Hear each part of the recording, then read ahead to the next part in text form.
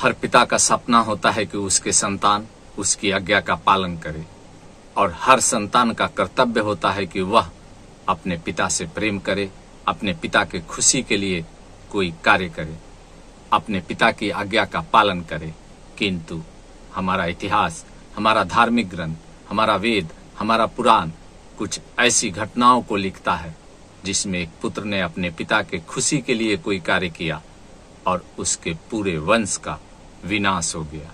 कुछ ऐसी घटनाओं को लिखता है जिसमें एक पुत्र ने अपने पिता की आज्ञा का पालन किया और उस आज्ञा पालन के कारण ही उसके साम्राज्य का विनाश हो गया।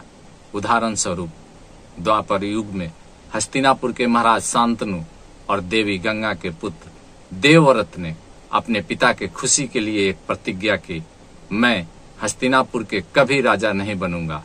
इस प्रतिज्ञा के कारण महाराज शांतनु और देवी सत्यवती का विवाह हो गया, किंतु यही प्रतिज्ञा हस्तिनापुर साम्राज्य के विनाश का कारण बना। अगर पितामह भीष्म हस्तिनापुर के राजा होते तो महाभारत का युद्ध नहीं होता। त्रेता युग में भगवान परशुराम ने अपने पिता के कहने पर अपनी ही मां का अपने ही परशु से गला काट दिया और माता के हत्यारा कहलाए।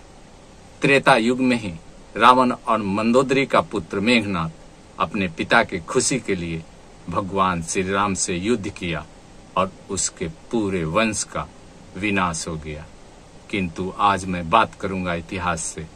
आज मैं बात करूंगा एक ऐसे व्यक्ति की जो बनना तो चाहता था देशभक्त, किंतु अपने पिता की आज्ञा का पालन किया और इतिहास उसे देशद्रोही लिख दिया।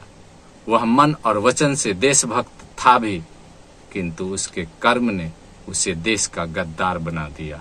मैं बात करूंगा आमेर के राजा भगवंत दास और आमेर की महारानी भगवंती के पुत्र मानसिंह प्रथम की। मानसिंह कभी महाराणा प्रताप के साथ मिलकर देश के लिए लड़ने का सपना देखा करता था, किंतु राजनैतिक परिस्थितियां कुछ ऐसी बनी कि मानसिंह अपने पिता के कहने पर अपने ही मातृभूमि के खिलाफ लड़ने को तैयार हो गया।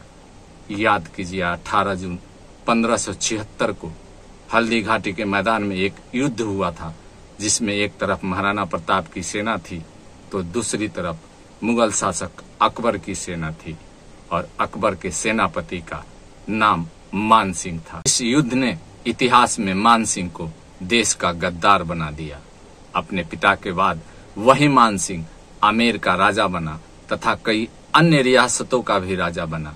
इतिहास मानसिंह को एक अच्छा शासक भी मानता है, किंतु अपने पिता की आज्ञा पालन करना ही मानसिंह को उल्टा पड़ गया।